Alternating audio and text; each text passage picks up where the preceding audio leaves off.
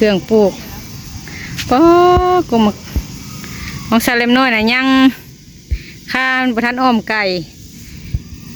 ก็เลยว่ายังประทันแปลงคืนไก่ซะกูมักมีนี่ก็งามแต่เทมึงนี่ก่อนนั้นได้กินมาซื้อข่อยก็มีแห้งนะข่อยหอมนะคะนี่เขาบริษัทคือเจ้าของแต่เทมึงนี่พี่น้องผู้ห่อว่าอยู่นี่พี่น้องย่านคนปิดได้นี่หมักมันห่อเอาคือบ่ทงยางใหม่ห่อนี่ทงยางคือมีแต่ขี้โตมันนี่นะไม่เท่านะเห็นนะดอกมะบัวเป็นดกเบิ่งเลยนะจากโล5 โลพี่น้องป้าเท่า3 โลจะขีดนะคะ3 โล 2 ขีด3 โล 2 ขีดโดยกราบสบายดีและสวัสดีเด้อพ่อแม่พี่น้องเบิดสุขสุขคนบรรยากาศนะพี่น้องแดดอยู่หักครึ้มนำช่องชิโยนลงมาอีกอยู่คืนนี่ก็ตกพี่น้องกับคนนะโดยภาพมาบัดนี้ก็มาทางเพื่อนน้องชายมื้อนี้พี่น้อง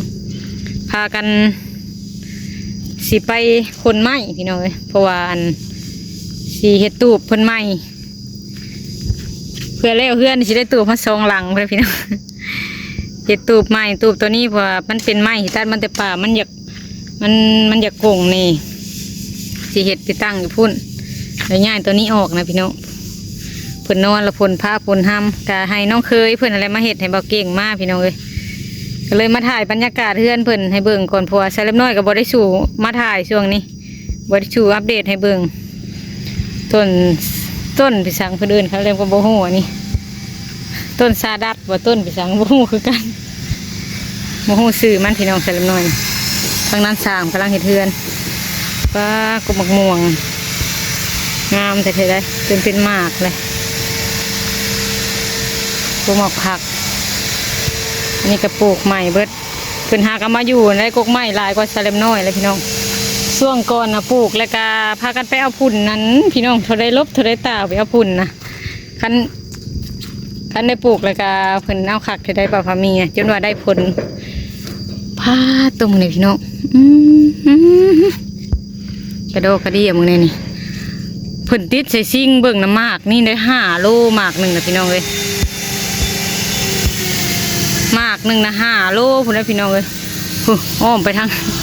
งในก็มีทางลักไผ่หมากละ5 โลผู้เพิ่นติดนะพูดว่าดกค่ะคือสิมันหมักผักหอมนี่แหละพี่น้องลามไปชุดหัวเพิ่นกระปิดไว้เนี่ยก็มีได้พี่น้องเลยตัวใดที่มันแก่แล้วนี่เพิ่นกระปิดไว้ยามอยากเห็ดอยู่เห็ดกินเลยมีผู้อยากซื้อก็ขายคือกันพี่น้องข้าเจ้ามาเลี้ยงงัวข้าเจ้าก็ซื้อน้ำเพิ่นติดเมื่อคืนนี่ลองเบิ่งหมากหนึ่งนะได้5 โลเพิ่นส่งไปให้เบิ่งป๊อดตัวต้องมาหมากใหญ่แท้นี่พี่น้องเพิ่นเห็ดนะท่านได้เห็ดยังกาเห็ดคักใช่ได้เพิ่นนะต้องใส่ซาเลมน้อยนะเพิ่นเห็ดตรงนี้ข้างหมกบวบเห็ดโตออกมาอีกโตมาเรื่อยๆเครื่องปลูกป้อกูมักของซาเลมน้อยนะยังข้าวประทันอ้อมไก่ก็เลยว่ายังประทันแปลงคืนไก่ซะกูมักมีนี่ก็งามแต่เทมึงนี่บรรยากาศเฮือนบ่พอมีลมลื่นถ่ายบรรยากาศให้พี่น้องเบิ่งก่อนสิพากันไปตัดเสาบ่ได้สู่มาเพราะหมกบวบกำลังขึ้นนี่ตัวนี้แห้งสีงามมากแล้วบ่ทางนี้ป้าเป็นของซาเลมน้อยนะพี่น้องซาเลมน้อยกินยอดมันลายมันหลดบ่ได้กินหมากถ้าบ่ไหวนี่ ต้องได้ใส่แกงตลอดในพี่น้องที่ถ่ายเบิ่งทางเทิงเว้ยขึ้นบ่ได้โอ้ป้าดอกมันเต็มอยู่มันอยู่เทิงพี่น้องเลยพุ่นพอนี้ช่วงเพิ่นปลูกทำอิฐนะพี่น้องพากันไปเอาพุ่นนะทำวันที่1นะเถื่อ2 เถื่อไปเอาบัดนี้มันได้ที่เลยมันได้ที่มันได้พุ่นทำอิฐดินใหม่เนาะบัดนี้เพิ่นเอาพุ่นมาลงหลายๆเถื่อขี้แกบอยู่ง่ายนะมาไปเลยง่ายเนี่ยกะเพราน้อยพี่น้องเลยแต่ก็ให้มีทุกอย่างเนาะคือน้ำไม้ก็คือได้น้องนี่ป้าทำไมกิมซุงนี่พี่น้องได้กอเดียวนี่ก็พอกินแหละได้จักหน่อแล้วนี่ อันนี้กำลังโป่งก็มีนี่ไปหิบทมนะอย่างนั้นนะ ตัวนี้ก็ยาวแล้วได้โกเดียวนี่ตัดแต่งเอาก็พอกินแล้วพี่น้องเอ้ยแม่เฒ่าค่ำกับเพิ่นว่าอยากได้มาปลูกแล้วเอาน้ำปะนางเถื่อก่อนมันอันนั้นมันนอกเลยว่าสิอ่อนนี่พี่น้องอ่อนๆเลยเด้ ได้ นี่ ซ้ำในกะ กินเด้อ กินกระปุ่นปลาเพราะนั้นได้กินมันซื้อข่อยก็มีแห้งนะข่อยหอมนะพักนี่ เฮาบ่ได้ซ้ำในดอกเฮานะ นอคาน เฮาซ้ำนอก ค่าวัน ค่าวันเฉลิมมาแตะเฮือนข่อยวันนี้นะค่าใหญ่แนวค่าใหญ่ได้นี่นะใหญ่ขาวอวบ พอดีว่าถ่าจะมาก็เลยว่าเฮ็ดสวนเจ้าของก่อน นี่นะพากันไปแบกไม้พี่น้องเอ้ยยึดเสาตูบเพิ่น เจ้าของหูเฮาน่ะดอกแล้วแหละ คือดอกไวแท้นั่น โอ้มันเตี้ยมันเตี้ย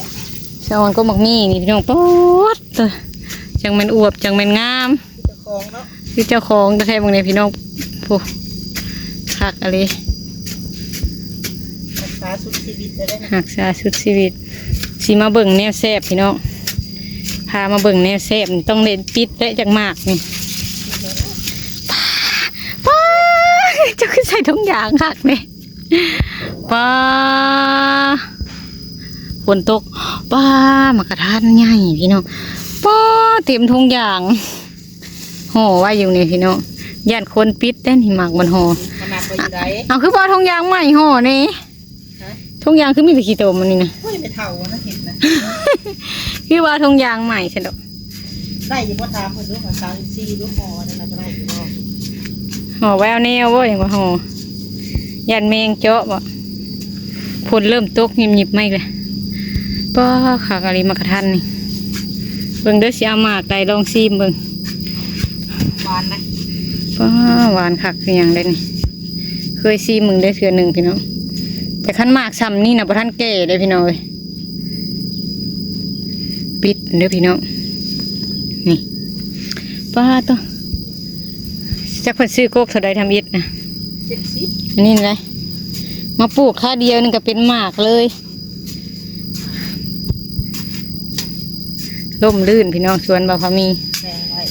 เจ้าของดินจะสันตามใจเพิ่นยังเข้ามาถ่ายเอาได้พี่น้องเอ้ยมุมสูงมุมต่ำ แม่ ได้เบิดคู่มุมงามเพื่อนไผกับโบโทรเพื่อนบ่าวพามีเรื่องปลูกนี่พี่น้องเบิดคุ้มนี่ ปลูกจนบ่ได้นอน กลางคืน10 โมงหลัง 11 โมงอ้าทุก พวกเอามาเก็บกินหลายเทื่อแล้วแหละมันปลูกมานะ ทางเทิงเพิ่นได้มักบวบนี่พี่น้องเอ้ยเพิ่นก็พอได้แกงใส่หั่นใส่นี้ ปลานี่ก็แกงหมากหนึ่งใส่ปลาคน เป็นทางอยู่นี่กกอันกะเพรา ปลูกนั่นนี่แล้วให้เบิ่งมุมไกลบ่รู้ผู้ย่างมันปลูก ฮะสิเฮ็ดตูบอยู่ว่างนี่แล้วพี่น้องบัดนี้เอาขึ้นนี่ผักสะระแหน่นี่ก็งามมึงนี่เขาจะขึ้นเบิ้งคือขึ้นโมงสูงค่อยขึ้นรถ ได้เอามันไปแล้วแหละ ฮะ เอาไม้น่ะเอาคันในมีคันในอยู่ ป้าตัวพี่น้องพวกดอกมะบัวเป็นดกเบิ่งเลยนะงามเท่าไรเด็ดดอกไปสุบนี่พอที่สุด ป้าขากะเลยนี่พักเพลว่าเป็นพักบัวพักเสริมนี่ขากะเลยคันยามพลนี่ต้องได้ง่ายขึ้นใส่แบบนี้ของชาเล็บน้อยมันเปื่อยเลยพี่น้องเลยมันแล้วยังสิหาแนวมา ว่าเข้าปลูกในกระถางเวลาฝนตกแล้วสิง่ายนะ แบบนี้ของไม่ทำมาแล้วก็ง่ายขึ้นยามพลนะแล้วก็ใส่กระถางไว้ มันอันนั้น ของข่อยบริง่ายนะมันเปื่อย เออ มันเป็นวางน้ำได้วางนะตัว พักยังบ่นี่นะ ฟักคาดนี่งามที่ได้มึงนี่นี่ฟักขะเนะน้อยนี่หอมฟักคาดนี่แกงใส่ปูใส่ปลานะหอมใส่เขียดใส่กบกินกับแกงหน่อไม้ก็ได้ แม่นบ่ แม่น งามแต่เอามาถึงเจ้านั่นมื้อนั้นน่ะบ่ได้นั่นเนาะ เอามาดำเงาหนึ่งเนาะ เออ เอามานำเสลิมน้อยเงาเดียวหัวเพออก เออ ของข่อยก็เต็มคนนานพัก พี่น้องเว้ย ป้าตัวหักลีพี่น้องเอ้ยคันเห็นแบบนี้เขาเห็ดกับโบเมื่อยได้มันมีความสุขทางใจพี่น้องแต่เช่นว่ามันบ่ทันได้สมบูรณ์แบบบ่ทันงามเบิดขุกกกนี่กกที่มาปลูกใหม่นี่ก็ปลูกใหม่ก็มักซีดากิมจูนี่ปีหน้าก็ได้กินหมากแล้วนี่เนี่ยโอกาสไล่ไว้ปีหน้าบ่ ปีหน้าก่อนโค้งบักยาวๆโค้งสั่งจะว่ามั่งตูบตัวนี้ออกสิโตมาอีกวะจัก เมื่อยเลย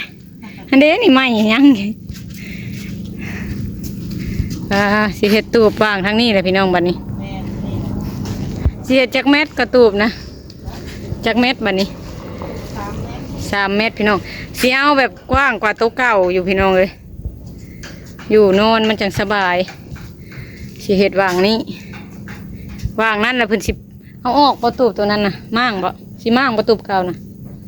เก่าหัน มั่างเอาแป้นมันบ่เลื่อนได้บ่ทันมั่างและคันมั่างก็บ่มีบ่นอนเลย บ่มีคนนอน มันต้องเฮ็ดแล้วเพิ่นได้จังได้ย้ายได้มั่างออกเพราะว่ามันสิบ่มีบ่นอนได้คันมั่างตู้ตัวเก่าหำบ่กว้างปานใดบัดนี้สิเฮ็ดกว้างออกรับใส่ไม้เส้นนะนี่แหละพี่น้องนี่ใส่ไม้เส้นเอาตัวนั้นมันโกงแล้วพอไม้ไปตัดเฮาไปตัดอยู่ป่าเนาะตอนบุกเบิกใหม่พากันไปตัดอยู่ป่ามาเฮ็ดตอนสิตั้งเฮือนเพิ่นนี่แหละพากันไปตัดซอยกันมาเฮ็ดวันนี้แหละสิเฮ็ดหลังใหม่ เอาไปใส่กระได้เอาใส่กระถางนี่ ย่อลงก็ได้เนาะ ตู้มันตั้งอยู่นี่ตู้นะพี่น้องตั้งอยู่นี่ปินหน้าออกทางพุ่น เนาะ ไม่กระซื้อแล้วเด้ ไม่ก็ซื้อเลยได้พี่น้องเลยเด็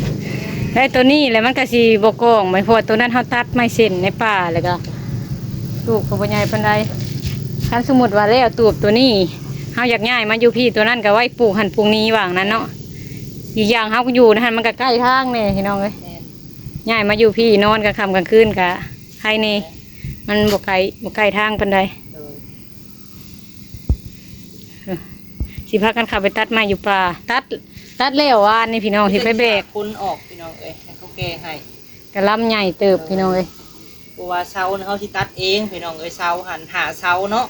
แม่น ทางแม่บุญทวีพี่น้องเอ้ยจังได้กะขอบคุณแม่หลายๆเด้อเนาะที่มาแนะนำให้เพราะว่าเขาเฮ็ดตูบนะเขาต้องมีเสากลางของเราชั้นไหนถ้าบ่ให้เสากลางเขาก็ไปใส่ทางหลัง ให้มันไทยหาเสาเนาะ มันเป็นหาเสาพี่น้องไม่หันบ่พอมีหันตัดเองครับเพื่อแหลมพี่น้องเอ้ย ตัดวานนี้ ในส่วนว่าคือค้างนี่กะซื้อเอาเมื่อ3 ล้านปลายกูได้ มันก็สิทนถาวรนี่คือตูบคอยในเฮือนนั่นก็ตัววันนั้นนั่นก็ไม่เส้นนี่แหละเฮาก็ใส่นอนในหันเนาะเพราะว่า ใส่นอน เพื่อเฮือนสิแล้วก็ เพื่อนแล้วอะนะ เพื่อเฮือนแล้วได้อยู่เลยอันนี้คือกันแล้วมือฝนตกมันก็เปียกเบิดอยู่เพิ่นอยู่นี่ก็ เฮ็ดก็เฮ็ดแบบยกย่อได้อะนะพี่น้องย่อไปใส่ก็ได้กันสิเฮากัน แม่นเลย โดย มันจังงะสบา คน ย สาดและคันว่าคนมาทางพี่นะสาดมาเลย อืม หลายคนที่สาดมาพี่เข้าไปใน คนสาด เปียกเบิดเลย อันนี้ก็สาดอยู่ได้แถวนอกนี่ก็ได้ สาด ว่าน้ำพลน้ำกระสาดไปบัดนี้มันอยากไปให้มันกระสาดไป ถ้ายังบ่ทาเรือนเพิ่นนั่นแหละ แม่นเลยเดือนเพิ่นบังนี่เนาะ หมักผักก็มีแต่หมักใหญ่ คนนะ ได้จักโลก็ตีนหมักผักคืนนี้วะได้จักโลหน่วยหนึ่งนะ 5 โล ว้าถ้าผู้ซื้อคือสิตกใจ เดี๋ยวสิไปให้เบิ่งก่อนเด้อ สิไปให้เบิ่งอยู่ในหรือสิเอาออกมา ออกมาให้เบิ่งเลย ว้าถ้า5 โลหมากหนึ่งน่ะพี่น้องพูดว่าน้ำหนักยังหลายเติบอยู่อ้นตู้อ้นต้นอยู่ใส่ซิงติดเบิ่งคืนนี้5 โล ดูหัวมัน เอาซิงมาติดเบิ่งพี่น้องมัน5 โลหมากหนึ่งนะตั้งอยู่หลุมพี่นะว้าทุ มาลองติดเบิ่งหมักผักพี่น้องเจ้าสิซื้อน้ำข่อยบ่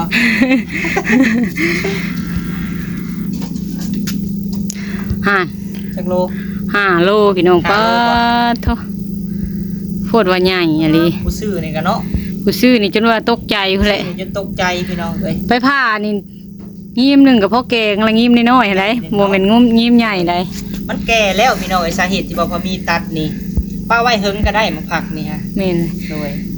ฮอดอันมันแก่แล้วก็เอามาไว้ในเฮือนเป็นปี แม่ มันกระบอกนั่น ดีก็ได้เพราะว่ามันบ่ได้มีแมงมีหยังเจาะพี่น้องเอ้ย เมนเลย สิคิดหมากอื่นอีกเนาะแกงใส่ไก่แซ่บได้พี่น้อง ผักหอมพี่น้องจังเพิ่นเอาแนวมาใส่ทวิตนะ แนวนะหมากกกมันแนวนะบ่ แ ป้า จักโลนี่ เกือบฮอด5ตัวนี้4โลครึ่ง 4 โลครึ่งบ่ กายครึ่งไปขีดหนึ่งเกือบ4ฮอด5โลแล้วยัง3ขีดโพดอะไรเนาะ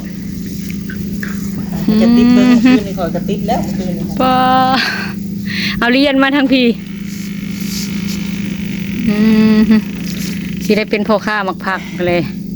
ไม่เท่ามาปลูกเทื่อก้อนทางการหักบ่ใหญ่ซำนี้นะ งานพี่น้องเอ้ยเนาะ เจะเก็บจักหมากคืนนี่นะเก็บจักหมากเอาไว้พี่น้องค่อยว่านะฮอดปีขึ้นเฮือนเจ้ามันก็ยังได้แกงอยู่แล้วนี่ เอาไปแกงขึ้นเฮือนบ่ ได้แกงมันขึ้นเฮือนใหม่จ้ะพุ่นแล้ว จักโลนี่3 โลครึ่งบ่ 3 โลครึ่งตัวนี้ ยังประมาณ5-6-7หมากบ่ได้ นี่นั่นนะมันกระโปรงยาวไปเรื่อยๆของป๊อดตัวขากะลี 3 โลจะขีดนี่ฮะ 3 โล 2 ขีด 3 โล 2 ขีดพี่น้องเอ้ยคนงาน ขากะลีเนาะ ปลูกเนาะบ่เสียแฮงที่ว่าเฮาคั่วพี่น้อง เห็นหั่นแหละ แม่น เต็มชายหัวพี่น้องเลย มักปลูกก็บ่ได้ปลูกหรอกพี่น้องมันเกิดเองเนาะ กินแล้วมันอันนั้นในมัน แต่นี่หั่นปลาพะมีสิเอาไว้เฮ็ดแนวพี่น้องเอ้ยในมันหั่นแหละ มันก็เห็นนี่ปันคนนี้เด้อ ปันกัน ปีหน้าปลูก โดยมันแก่แล้วพี่ ค น้อน ง หน้า เห็นบ่แก่แล้ว แก่แล้วเบิ่งก้นเบิ่งควันมันก็หุ่งทำนี่ละแก่เลยพูดว่าใหญ่อีหลีป้าข้อยก็บ่เคยเห็นหน่วยใหญ่ปานนี้มึงนี่ คัน คือลืออยู่ ตากไว้แหละไว้ปลูกพี่น้องให้มันขึ้นในห่างในงามได้ นี่นั่นเลย อันนี้หั่นมันเหลือที่ว่ามันเน่าหัวนะก็สิเว้ากับมันหัวได้น้ำเนี่ยมันปักเนาะ นี่นั่นเลยมันก็มีตัวมันถือหัวแทงมันนั่นแหละโอ้ย่างอีกหมากหนึ่งอยู่2 4 5 6หมาก3 โลปลายคือกันวันนี้ก็ ครับลงไปเนาะ ว่าตัวคันแม่นผู้เฮ็ดเวียกเฮ็ดงานนี่ก็หมากเดียวนี่ก็ชำสิแกงหม้อ100 โล ขึ้นเฮือนเนี่ยแล้วซัมนี่ก็เหลือได้นี่ฮะ เหลือและ เนาะ แกงใส่ไก่ เฮ็ดหยังอะนะ ใส่ไก่ลาดใส่กระดูกอ้อมใส่กระดูกหมูพี่น้องเอ้ย นั่นแหละออกมาสู้ มืดครึ้ม กินแล้วไว้ก่อน เพิ่นเอาไว้เลยพี่น้องเอาไว้เอาแนวไผอยากซื้อก็ขายคือกันพี่น้องบางเทื่อเพิ่นมาเลี้ยงงัวเพิ่นเห็นเพิ่นก็ถามซื้อก็ขายพี่น้องเอ้ย สิโพสต์ขายในเฟซอยู่นี่ เอาจังไดคลิปนี้ก็สิขอจบคลิปก่อนเด้อพี่น้องขอบคุณเบิดทุกท่านเด้อที่มาให้กำลังใจมื้อนี้ก็เข้ามาขึ้นน้องทรายพี่น้องเอ้ยนี่เพิ่นเฮ็ดหน้างามทั้งหน้าบ้านหน้าเฮือนนี่อีกให้เวลาอีกจักปีหนึงนี่พี่น้องคือสิแห้งกกไม้ใบหญ้านี่คือสิแห้งคักขึ้นจังไดก็ขอลาเลยเด้อพี่น้องเด้อ สบายดีพี่น้อง สบายดี